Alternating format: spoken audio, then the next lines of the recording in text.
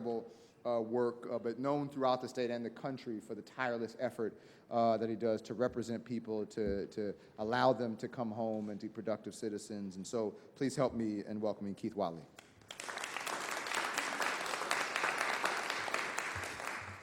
Thank you, David, and thank you, Sean, for having me. I'm happy to be here. This is it's an important time in our state's history. Great opportunities, but a number of significant challenges. My office is a nonprofit down here on 4th Street, and what I say we do is we help people serving life sentences figure out how they got to prison and how to get out. And that can be a long process. The focus, although it seems like it, is not really just on the parole board. We help people change their lives, and along the way, the parole board finds they're suitable for release. And we've had a lot of success. We're up to 140 of our clients have been released from life sentences. And thank you.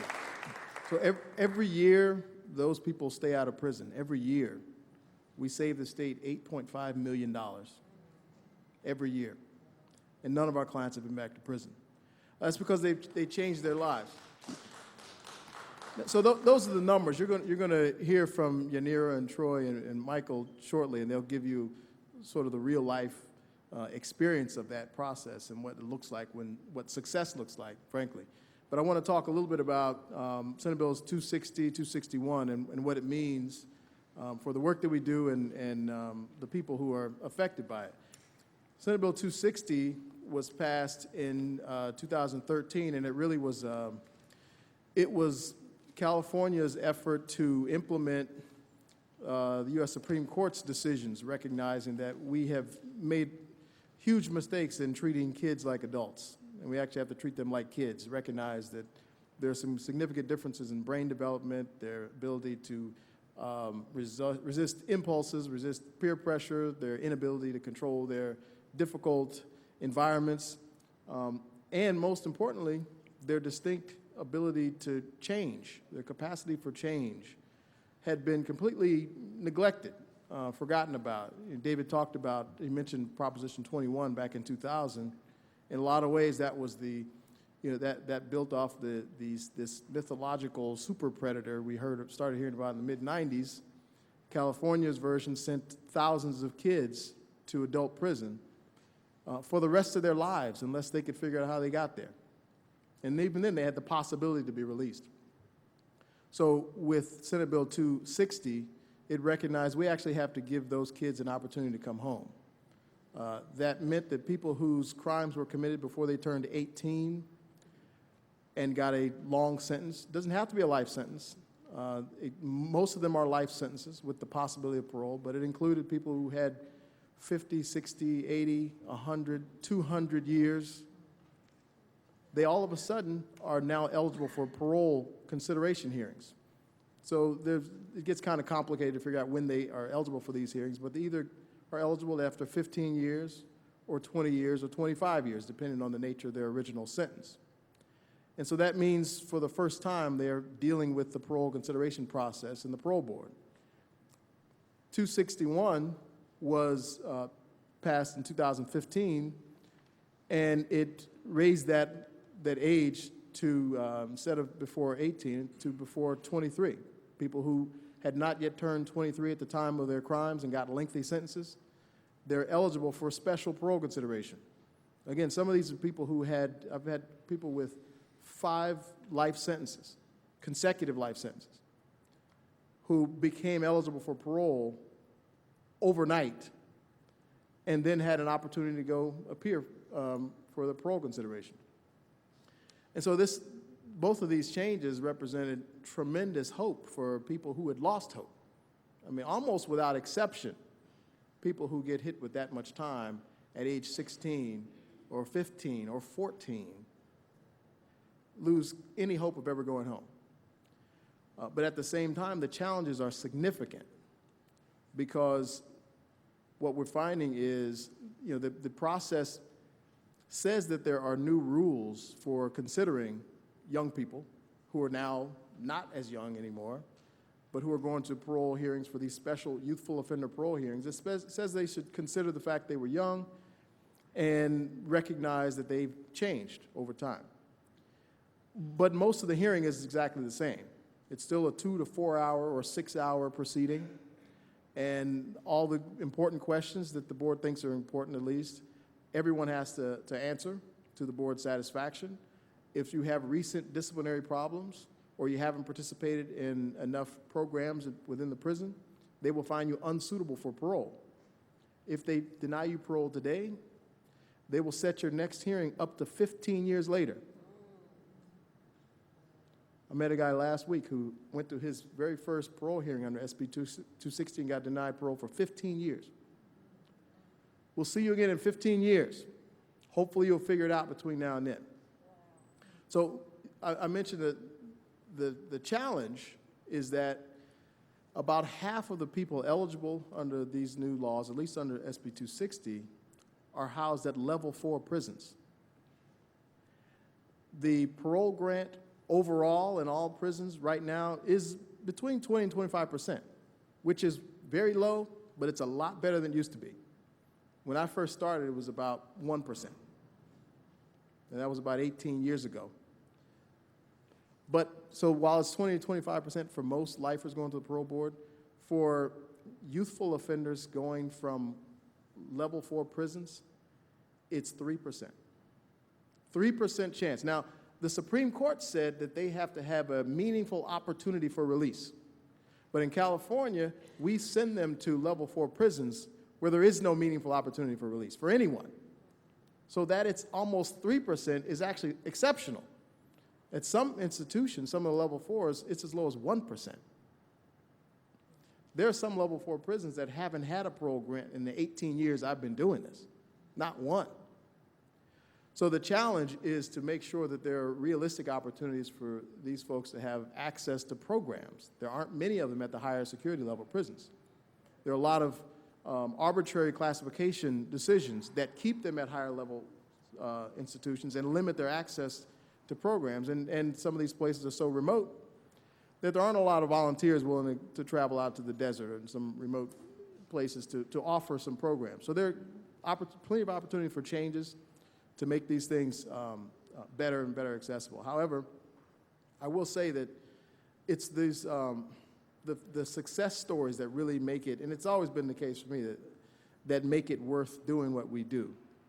When you see someone who gets a parole hearing that he or she was never going to have before and be found suitable, decades earlier than they ever would have gone home. People are going to the parole board who never would have gone to any parole board. To see them reunited with their families after 20 or 30 years, it's well worth the effort that we're putting forward.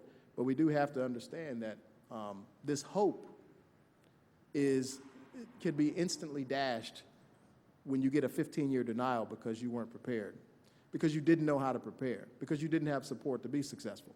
And so, and the reason I mention those things is because there's a great opportunity. I think there have been almost 2,000 of these youthful offender parole hearings held so far.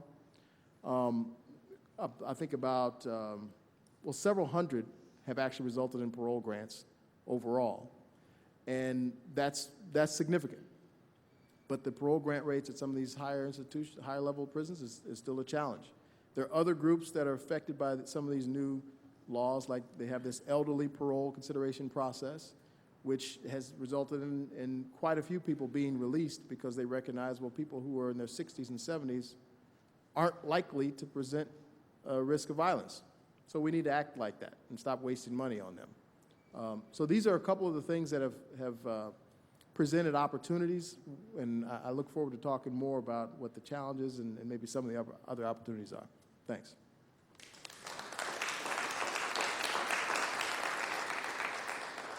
Thank you, and thank you for your work. And just for some, level 4 is the highest level security at a state prison. And part of the issue is because it's that high level security, they don't offer hardly any programs. So you have to have completed programs, but they have you in a yard that doesn't have programs. And then, of course, who suffers from that is the person trying to get a grant of parole. Our next three speakers have all been sentenced to life in prison. They're all home, all successful, all doing wonderful, all incredible examples, and can teach us a lot, and are ultimately the experts in this discussion.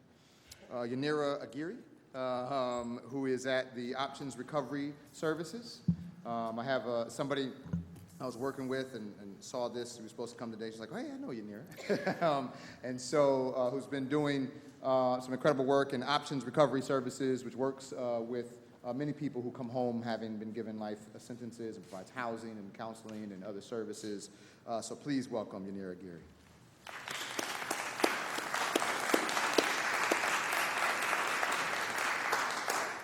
Thank you, David and Sean, for having me. A little bit about myself. My story really started when I was 12 years old. I found out that my father was cheating on my mother, and I told my mother about it, so it led to a divorce. And I did not know how to take it. I really personalized it. And instead of me gravitating to after-school programs or something to do with the community base, I got involved in selling drugs and the gang lifestyle. At the age of 18, I ended up getting sentenced to 3 life sentences for murder and for selling of drugs. In prison, I was young, I was scared, and I was a knucklehead, if you will. I never thought I would see the daylight again, ever. 3 life sentences at 18, there was no hope for me. So I basically ran around and did whatever I wanted to do. 115s, I had them sky high. My points kept growing and growing. I didn't see hope. Then one day I decided I want something better for myself. And it started with education. I got involved in college courses, and I realized that I was smart. I was starting getting A's. So I started really applying myself. I wanted change. I wanted to do something with my life. I got involved with programs that the prison allowed to come in, which was very hard. It took a lot of dedication because the staff sometimes would not let us go to the programs because of the unlocks, or who do you think you are trying to become somebody? You're nobody. You're never going to get home. And I was like, no, that's a stigma and I'm going to break it. So I've always had a very outgoing personality, and I was like, nope, I'm going to do this. So I decided to, like I said, continue my education. I got involved in what is called an offender mentor program. And what that is a program that comes in and certifies inmates to become drug and alcohol counselors. The prison was kind of leery about it because a lot of us were lifers. However, majority of them is success stories now. They're out, they're in the communities, and they're working. I never thought I was going to go home. Like I said, 3 life sentences. However, I wasn't going to give up. Even if I went to the board and did not get a date, I was still going to do what I was doing.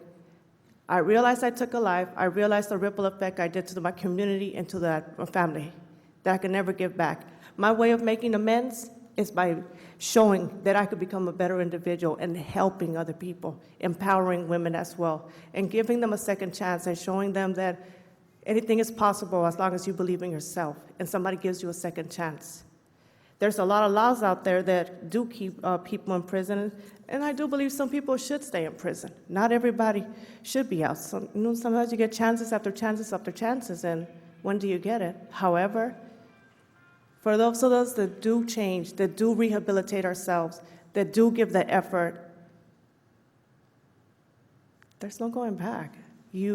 Something happens in your mind. You get that insight. You realize what you've done. You really grow, you work on yourself. In becoming a drug and alcohol counselor, I did what is called a parallel effect, and that is really looking deep inside within myself and all the damage I had done that I had never even thought of. Today, I work in Options Recovery Service. I am a women's counselor, and like I said, I believe in empowering women and giving them hope and rebuilding them. There's no such thing as, that's it, you're just a drug addict. No. As long as you work your recovery and do what you got to do, there is hope. You could get a job, believe in yourself. And that's basically my story.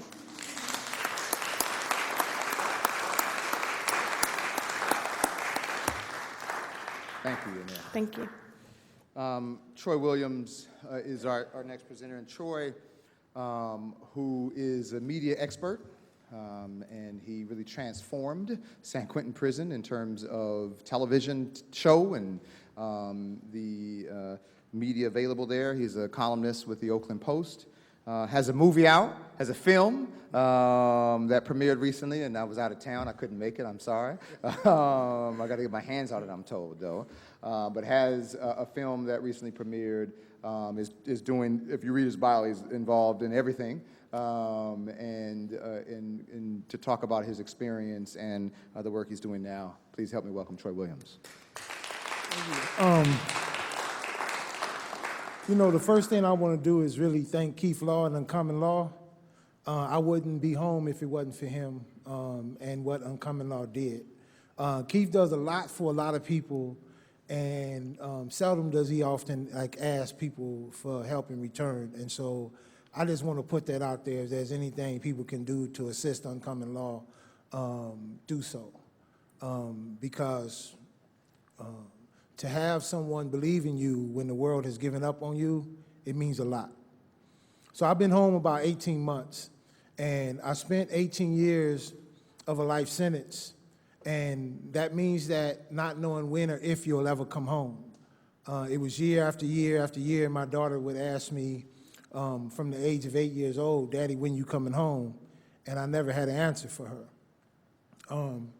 And at the same time, you know, I have to always pay respect to the harm that I did, not only to my children, but to the victims of my crime as well. Since I've been home, as David said, you know, I started my media production company up, so I'm doing film work. I'm working for the Inside Prison Project. I'm training the trainers that go inside the prisons to do the work. I'm working with youth. There's a lot that people like us have to offer to the community. So it's not just about us coming home and staying out of trouble. It's saying that I'm home and there's a level of expertise that I have that nobody else in this state has. I don't care how many years you spent in school studying the criminal justice system. Until you spent 20 years or better inside one, you don't know more than us about the system. And I say that as humbly as I possibly can.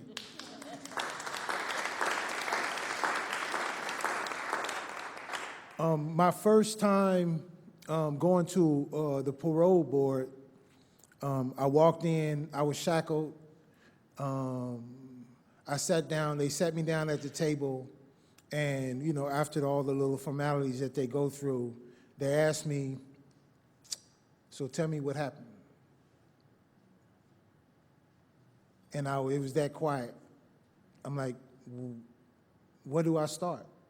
What do I say? How do I talk? I don't know where to start, right? I didn't even know how to fully take responsibility for what I did, because you don't talk about your crime on the yard. You don't talk about the things that you do. In fact, some of the prisons that I've been at, it felt like every time my cell door opened, I was walking into Baghdad at the height of the war. And so I'm living in this, I'm already traumatized when I get to prison, because that trauma is what led me to prison in the first place. And then I get there in this really hyper-vigilant battle zone, and I'm expected to change without any tools or resources to do so. That's very difficult. It's very difficult to walk the streets of Baghdad and not feel like you need a weapon. So I really want to point that out, that there's a lot of men inside who want to change, and I was one of them, and I just didn't have the tool set. And at the same time, there's a lot of stigma that media puts on people inside that is just not true. For every one incident that people hear about out here in the community, there's probably about 50 that a given set of peacekeepers run around the prison putting out fires, right? And trying to keep the peace inside, right? So, you know, I've basically been one of those men inside who, you know, sat at the United Nations roundtable with every, you know, different force inside of a prison system trying to negotiate some of that. Marvin Munch being in the audience, one of my brothers on the inside. In 2006, there was a big melee riot at San Quentin State Prison where men were actually medevaced outside the prison. Big riot happened. And so the older guys got together, and we were like, we didn't want San Quentin to turn back to the San Quentin of old. And so we got together and formed the Day of Peace Committee. We raised money and served over 1,500 men on the yard, Subway sandwiches, and had music, and just had a nice, peaceful day inside the prison system. A lot of times, officials don't want the public to see that because the public is supposed to be tough on crime, and the public is not supposed to see people inside having the appearance as though they're having a good time. But I ask people this question: who do you want coming home, right? You want the big, badass, angry dude, Big Bone, the gangbanger, who, was holding gun to people's head and robbing them coming home? Or do you want Troy Williams, the aspiring filmmaker and, youth advocate at home in the community working with our kids? Because one of us is coming home, right? And society has to figure out which one they want. And I think society is making that decision, has made that decision. I don't necessarily fit in the categories of the new laws that change. My cases have always been pretty violent, but I do fit the new opportunities. If it wasn't for California going broke and the people in California realizing we need to make a change, like we're spending more money on prisons than we are, on our school system, then they would have never saw fit to let me go because my record dictates that I'm someone who would get out according to, them, who would get out and just be, a detriment, the menace to society, so to speak. And what we lifers are proving coming home is just the opposite. I've watched men inside the prison system stop somebody from losing their life on the telephone from inside the prison system. And so the public never hears about this. The public never hears about the good things that happen inside of the system. And that's a shame, right? Because there's the stigma about who we are and what we can offer to society. And society is left without the benefit of decades of experience. I had to answer for myself, how did I go from being this kid who literally has so much reverence for life that I wouldn't step on an ant? Like, I would not step on an ant, literally, I would not step on an ant, to being a gun-toting, gang-banging felon. How did I make that transition? And even more so, how did I make the transition back? Right? I think that's a knowledge base that our community needs, and that would do a lot to help change our community if we utilize the resources.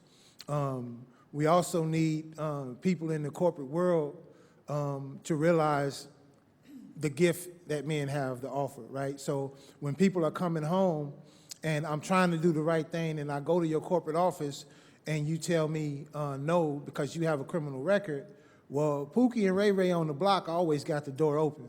And when it comes time for somebody having to eat and don't have the wherewithal, the fortitude to stay on that correct journey, they gonna backslide into what led them there in the first place, which means somebody is gonna get hurt, which means public safety is affected, right? And so I think we really as a society have to think a lot differently about what public safety means and who the men are that's coming home and how we can contribute. And I guess I'll leave it at that. Thank you.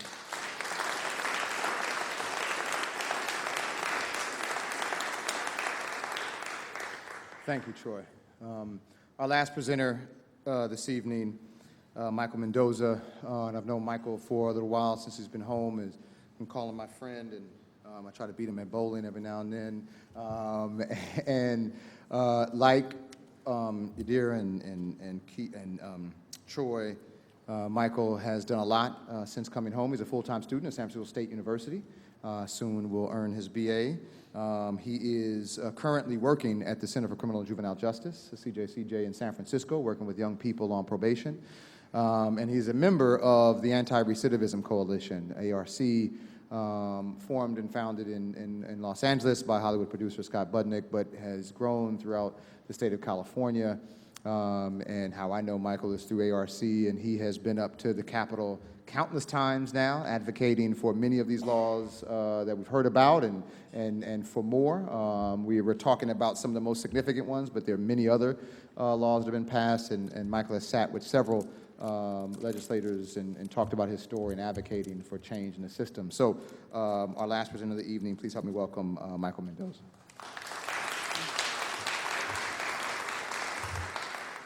Thank you, David. First, I just want to say it's a great pleasure to be here to share my story with the rest of these men and women. I really appreciate the fact that all of you are here. Shows that you care about the subject.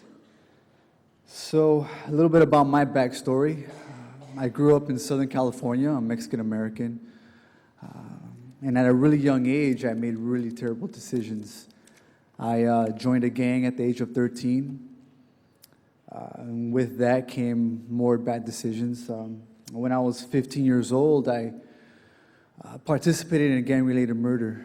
There was about 4 of us all together who committed this very horrible crime.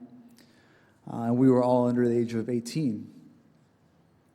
So at 15, I was tried as an adult, given a 15 to life sentence, and for the last 17 years grew up in prison. And as we've already heard, it wasn't an easy thing to do to grow up in prison. There are a lot of obstacles. The environment is just very violent and stressful, so it takes a toll on you mentally and physically. However, throughout the time, growing up in level 4 prisons, things change. With the help of family, with the help of the few supporters that you do have left, who hold you accountable. And I think for me, that's what was most important from the support group that I received was accountability. Because with that accountability came a self-reflection, digging within inside of myself and realizing that the choices I made were very, very immature, were very irresponsible, and affected so many people. So, through the education, through family support, I was able to work my way down from level 4s to a level 3 and then eventually to a level 2. And around that time, SB 260, which my dear friend Keith Wally already spoke about, came into pass. So I just want to use an example of how important this bill was, not only for me, but thousands of other men and women. My first hearing was in 2010, before SB 260. And when I went to this hearing, at the mention of my age, at the age of 15, the board members would use that as an excuse, would say that your age at the time of the crime is really not relevant. We can't consider that as a factor. And I remember talking about my age, talking about peer pressure, talking about the lack of judgment. To the board at that time, they did not consider those as mitigating factors, and that was before SB 260. Now with SB 260, 3 years later, I was able to talk about those things, not as excuses, but as factors as to what may have influenced my decisions at that time. The main thing for me was to show maturity, to show that I was no longer that 15-year-old boy who made irrational, impulsive, and immature decisions.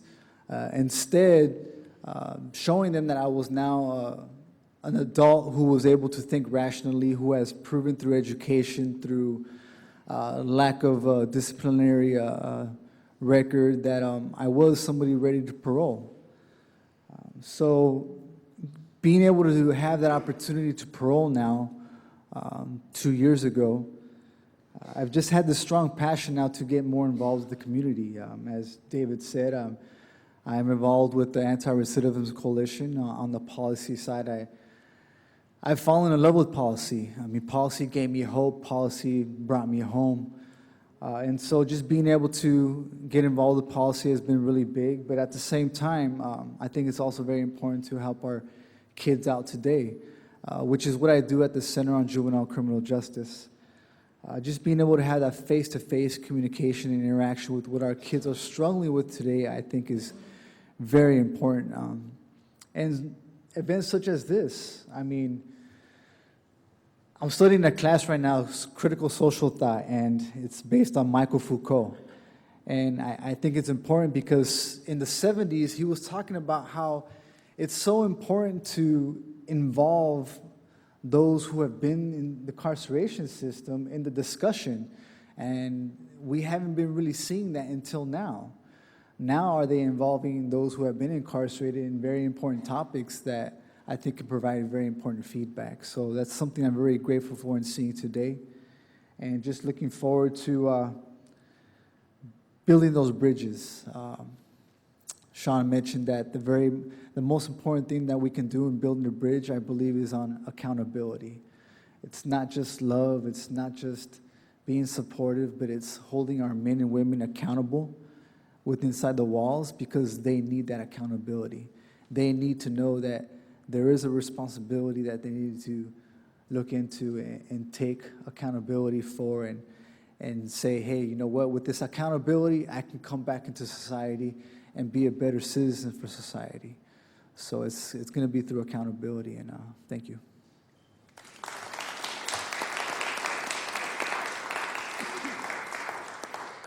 All right, it is that time. So first, let me say thank you to each and every one of the panelists. Let's give the entire panel a big round of applause.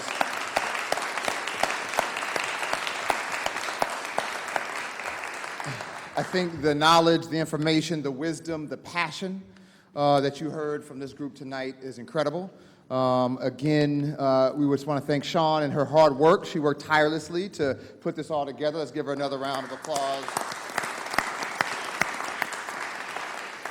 So we're going to do question and answer. A couple things I just need to say is, one, if you have a question, because this is being filmed by K-Top, I know we're in a room, you can just get up and yell and we probably hear you, but we want the viewers at home to hear you as well. So we do want you to come to the mic to ask your question. Secondly, I just want to say, because there's this incredibly important event, very deep event that I need to run to, that's going on. See, some of you all know what I'm talking about. That if there happens to be a question for me, if somebody could just raise that now-ish before I turn it over to Sean to facilitate the meeting. Any quick questions of anything I had to say in the beginning? You probably have forgotten it by now, everything I said, because of the incredible presentations. So appreciate that. And yes, sir. Up here. Yeah, don't be shy. Sean's gonna make you. People like to wait until the first. Come on up. Oh, are you okay? Yeah. Okay.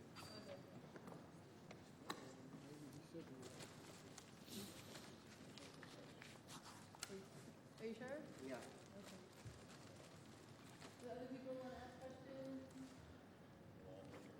Nobody can have any. And in addition to of me, if you have questions for the panel, please just, if you can begin to get in line. Yes, sir. Could you elaborate on your involvement with young people?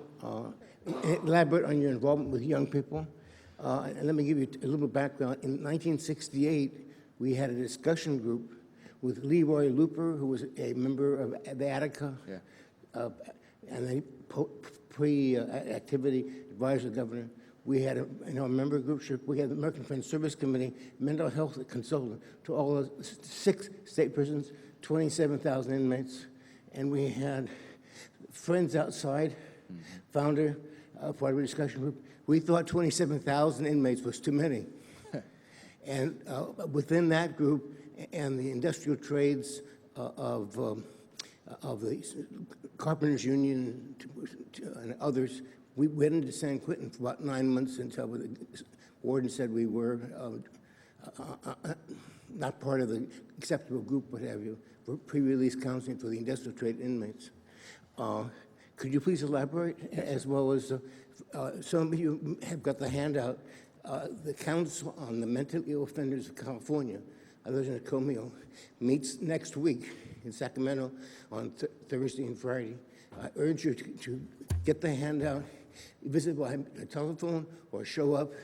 We need to have people who are concerned about the whole person and not just the history and activity, your policy, and your activity. As well as one last thing, on May 5th, the new Secretary of the Department of Corrections met with the so-called advisory body for stakeholders in Sacramento. And he claims that he's going to have, Mr. Eric Johnson and others, he's going to have 14 new rehab programs in 14 prisons that up to this time have not had them. What that means, I don't know. Budget issues, et cetera, et cetera, et cetera. But it looks like the new director of parole is somebody who's on the same wavelength as the governor, same wavelength as the new secretary. So hopefully the parole board will be more responsive. My name is Joe Bortansky. Can you please Yes, sir. help First of all, yourself with any... Thank you very much. So a couple of quick things. One is, I'll just say, I used to carry around this article. It was, I think, the cover of San Francisco Chronicle about Reagan's pronouncement of the prison population being far too big in California, right? That was, I think it was not even 50,000, right? It is obviously, it's tripled, quadrupled since then. So around young people, what I'll say is I personally have had the privilege over the last several years of working with several organizations in the city of Oakland, which I'll come back to, but separately I'm also a federal court monitor in Illinois over the juvenile justice, a consent decree over the juvenile justice system there, and I have the opportunity to go there and meet with young people and make sure that they are getting paroled, and the work that we've been able to do there is the numbers, I won't quote now, have been quite astronomical in terms of the number of youth getting paroled from the juvenile state system there. But in Oakland, I'll just, of all the things that I had the opportunity to do, this Anti-Recidivism Coalition, which is based in Los Angeles, is opening up a Sacramento office, not just for the policy, but also direct services in a few weeks. And we have a core, incredible group of young men here and women in Oakland, and we'll be opening up an Oakland office soon. But the city of Oakland has, the voters approved Measure Y for 10 years and recently reapproved another 10 years under something called Measure Z, which gives about $7.7 million a year to violence prevention activities. And many of those organizations who are recipients of those funds, community-based organizations, I have the pleasure of working with. And so the Mentoring Center in Oakland, Oakland, California Youth Outreach, Civic Corps, Youth Radio, Youth Employment Partnership, these are organizations that do incredible work with young people on probation, young people who are so-called at risk. And so I think that those organizations that I have the privilege of working with pretty closely do some remarkable work. And so when we're talking about young people, the funds that are released from the city because of the wonderful voters of Oakland who've passed those measures that go to these community-based organizations that reach these young people that we so desperately need to get additional resources to. And so I won't go on and on as I would like to, but that's some of the work. And assuming I'm going to transition it to Ms. Sean Rowland to begin, but please, the next question.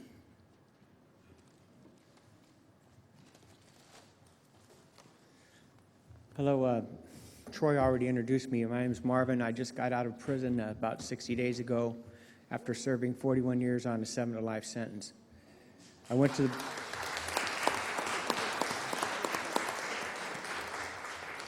the board 22 times, and Arnold Schwarzenegger took my first parole date, and Governor Brown let me go. I was 18 years old. I was about 11, maybe 12 days past my 18th birthday when I went to jail and eventually was convicted and sent to San Quentin. While at San Quentin, I became a member of the Prisoners Union, which imploded shortly after that, and we took that platform and formed San Quentin's Men's Advisory Council, which advocated for prisoners' rights from the early 70s on. And I chaired that for close to 22 years. And so when he talks about what happened inside, and when I come to these things, I'm speaking to you today with the pleas of people still inside echoing in my ear.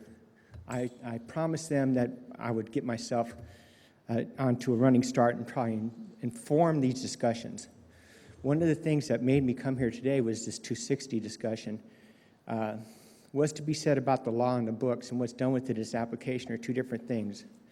And having just been released and having been through the process, I had the misfortune of going to the board as both a youthful offender and an elderly parole candidate when I was released. What the board has done and what's happening in Sacramento is you have a board directive now that says, due to a ruling by Judge Klein in the First Appellate District in the case of Ray Butler, the state signed a stipulated agreement saying that they will begin setting primary terms for every indeterminate prisoner in the system, as was intended by Ray Rodriguez back in 1975. They immediately came out with a directive that said, the law says that we are not to consider the matrix when we have a youthful offender or an elderly offender. If they're found suitable, we're supposed to just release them without making them do whatever extra time the matrix says they owe. So that's now turned into, if you are an elderly parole candidate or a youthful offender candidate, they are not setting your parole term at your hearing if you're found suitable or if you're found unsuitable. So if you get found suitable and the governor takes your date, you cannot go to court and say, I'm way over my term, because there was not a term set.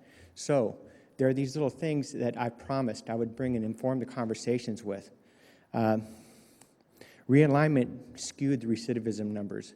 These recidivists that were going back to prison and that CDCR is now saying, well, look, our programs are working. We don't have the number of recidivists that are coming back. Well, they're going to the county jails. And this discussion is going to go forward about the county jails here very soon.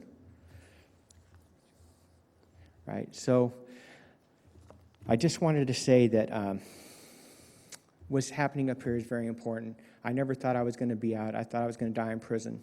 And people with long-term incarceration inside, they kind of look at parole like Christians look at heaven. They just got to have faith it's there.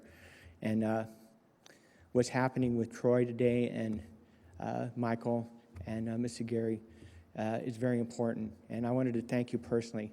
But I was just wondering if the people that are working on the 260 at the parole board, do you know about the Butler effect and what's happening with 260 and 261?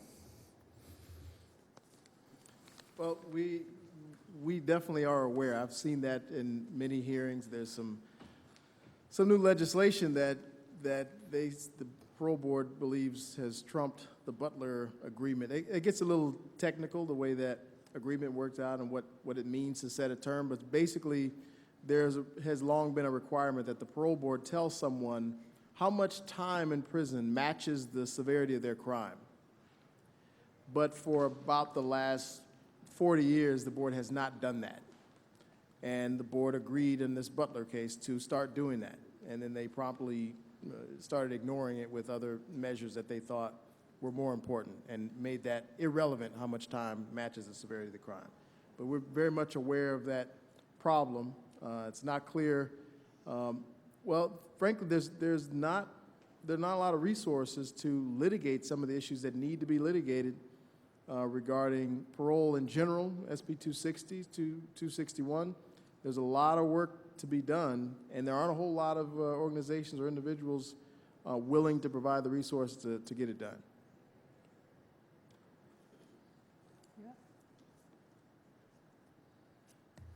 Thank you all for incredible presentations and for the wonderful work you're doing. I'm a professor, recently retired from the School of Public Health, where we view criminal justice as a public health issue, and I retired early to be able to do more community work. I would just like to share 3 points that different ones of you have touched on or that I think fall within your area of interest in the form of one young man that I've been trying to help without much success recently. This young man asked to be sent to San Quentin when he had to go to prison so he could be near his family because he desperately wanted to be there for ill family members and be connected. He was sent instead to Tehachapi, which I couldn't even pronounce till recently. No way that anyone in the family could get there to see him, no public transportation. And then he was put in solitary confinement for his safety because he's a gay man. Well, this guy looks like he's on World Wrestling Entertainment or whatever it is. He's very strong. He can protect himself, but he did not want to be in solitary, and they didn't let him out. Finally, he was able, to get released, thanks to some of the work you've all done with the sentence reduction and another reduction, all kinds of plans, job lined up, everything together. But he was told you have to go to a halfway house for the first few months. He was totally willing, excited about doing it, wanted to stay, off drugs and everything else. And then he gets there and they say, oh no, there's a long wait. He's back in the drug house where he got in trouble in the first place, living in the laundry room with the door locked, trying not to get in trouble. I have taken in 4 such men, and we literally don't have room for this guy, but there's got to be a way to follow up on our promises to prisoners. You all know that I'm talking to the converted, but I did want to just personalize it in the form of my friend. Thank you.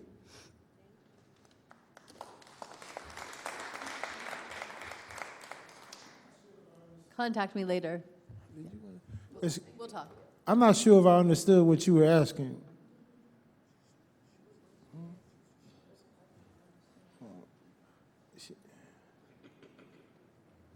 Yeah, thank you. My question was, what's the recourse when somebody is sent to a prison far away from where they live so that no family contact can happen, or when they're put in solitary for their protection when they don't need protection and definitely don't want solitary, and finally when they're told to go to a halfway house and that it's all set up, get out, there is no room for them, and they have no place to stay and go back to where they got in trouble. So I don't know what the recourse is. It sounds like you might have. Well, there's an in-prison part and the out-of-prison part. Out of the prison part, I can talk to you about. The in-prison Okay. part, I have no idea. I'll say that there are some efforts underway to get the state to reconsider some of these, what a lot of us think are arbitrary restrictions on people's housing, their access to programs, privileges, where they can live or can't live on parole, those kind of things. But all of that takes effort. It takes time to convince them to do something right. I had someone in the department tell me one time that our motto here is to solve no problem before it's time. And in fact, that's the issue. And often it takes, I keep coming back to litigation. You got to sue them when there are bad outcomes. Sometimes that makes them move in the right direction. Mm-hmm. Great, thank you.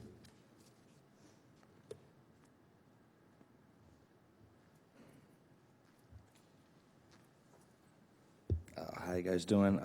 You guys all did a great job. A little nervous up here, but a lot of the comments you guys said were very interesting. The gentleman that was speaking in the beginning was talking about the numbers of how much is being spent on our youth to be incarcerated. I mean, I've been counseling with youth and lifers as well for about 5 years now. I know a kid that was facing life for like a $200 crime, and to hear that they're going to spend close to $200,000 on keeping them locked in a box, a lot could have been done. I'm just wondering. I have a nonprofit coming up myself, and I really enjoyed this thing. I just kind of wanted to put it out there for everyone and ask to you guys if there. I heard you guys talking about that there is definitely a problem.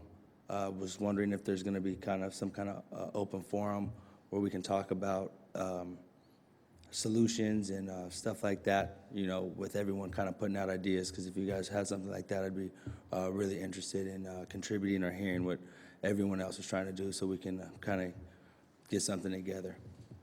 That's all. Thank you, guys. Right. Well, I'd love to get your card afterwards and just holler. Like, I'm always trying to build partnerships in the community to see what we can do. We gotta, if we don't step up to the plate, nobody else is. We can't wait on anybody else to do what we need to be doing for ourselves and for our community.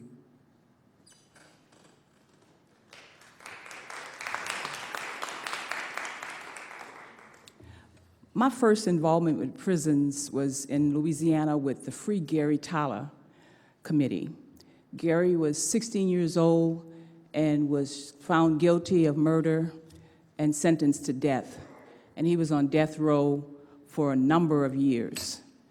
He was just released after 41 years from Angola about 2 weeks ago. He was released, and the premise was always that Gary was innocent. and we stuck with that. He was innocent.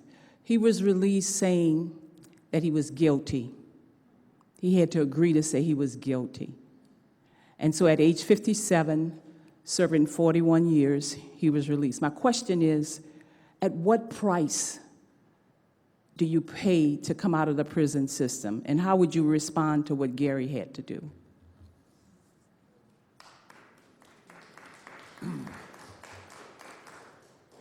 You know what, it's kind of a catch-22, right? Because especially when you're dealing with the older brothers who just had a different level of integrity and walk about themselves. So, you know, your word is kind of all you got, right, when you're in that world. And at the same time, your freedom is priceless, right? And so I tell brothers, do what you got to do to come home, because we need you more out here than we need your integrity behind them walls, right?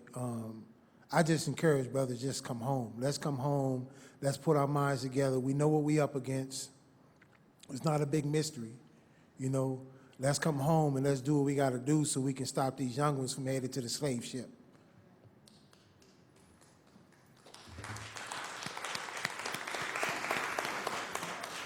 Unfortunately, that seems to be a case for a lot of women also, that they're innocent and they claim that they're innocent.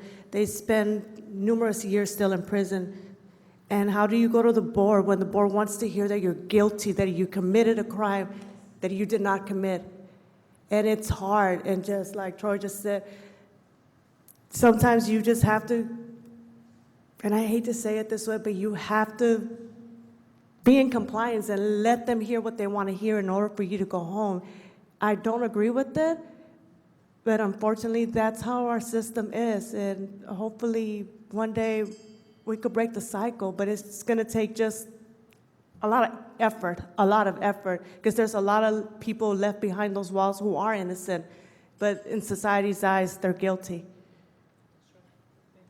It's an impossible process in a lot of ways. Technically, the law prohibits the parole board from requiring someone to admit guilt to anything in order to be released. But as a practical matter, these parole commissioners consider your attitude about the crime. If your attitude is messed up, you will stay in prison. That said, I've had a number of clients released who've always maintained and still do maintain their innocence. Every case is very different. The circumstances that lead to it, the way you show the parole board you're in a different place, regardless of whether you did this crime, changes from one case to the next. So I don't give up, but it's still a very, it's an impossible situation for people to be in. It's very, very difficult.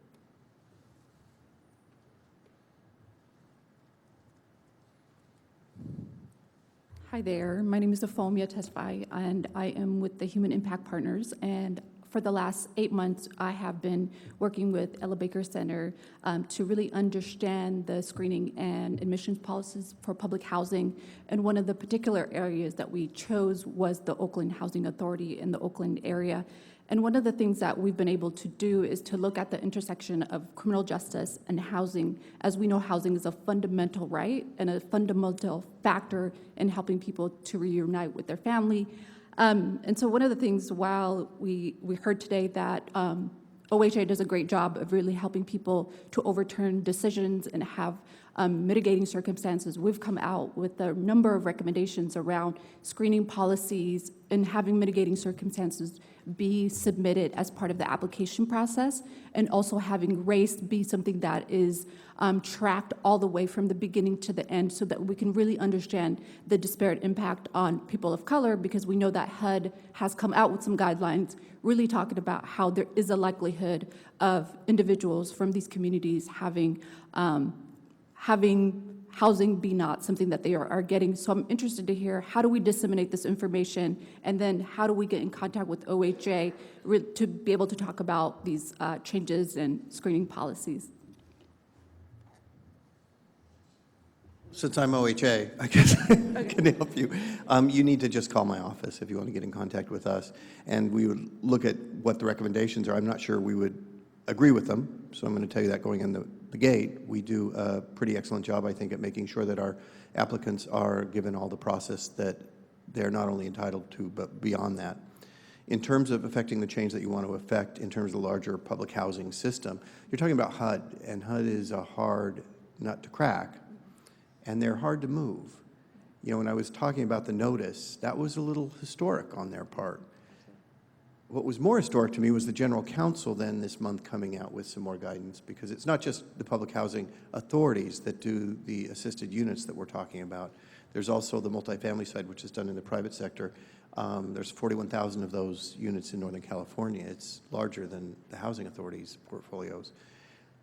Those are important, so getting the recommendations to HUD. HUD is admitting in that notice, if you haven't read it, that there's a disparate impact on crime based on race. And I think that's an important thing. I don't know what they would have to put in changes saying, we need to track this, because your housing authorities are not going to track one more thing that they don't need to track at this point, because it's so expensive to administer the program anyway. Sounds easy, but it's really not when you add anything. And then it all has to be uploaded to HUD, and then HUD has to do their work with it. So it's a heavy lift. But I would be interested in hearing, and if you want to call my office, that would be fine.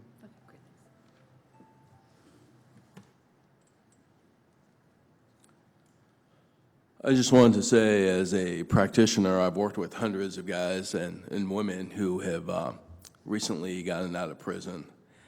And my role has been in vocational training. I think it's all about jobs and what people are going to do when they get out. Housing, of course, is very important, but I've worked with community colleges and nonprofit organizations.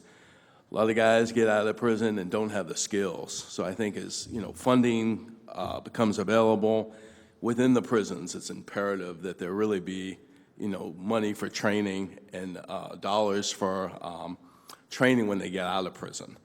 So the community colleges are doing some of that, but I don't think it's enough. I think there really has to be a strong emphasis on job training. So any thoughts about that? Well, I fully agree with that. I think one of the things that we're seeing is with some of the recent reforms, Prop 47 is one of the biggest examples, that there are thousands of people who otherwise would be housed at level 1 and 2, especially level 2 prisons, that are not there anymore. What is happening in some of these places, I was at the California Institution for Men a couple of months ago in Chino, and we visited a shop where they were doing some kind of metal fabrication. And the instructor said, hey, this is great. These guys have learned these great skills here. I look around, there are only 5 people working in the shop. I said, well, what's going on? And the yard was, kind of bare. I said, well, what's going on? Because I know personally there are 500 lifers in the yard next to this, where the shop is. And they explained, well, because of classification limitations, those lifers can't come over here. They can't access the programs. And this is, many institutions have the same thing. They have some kind of infrastructure that could provide an opportunity for vocational training and other programs, but they haven't changed the rules so that they give access to the people who really need it. Right. I agree it's a problem. I like to add to that, and I agree with everything that's been said.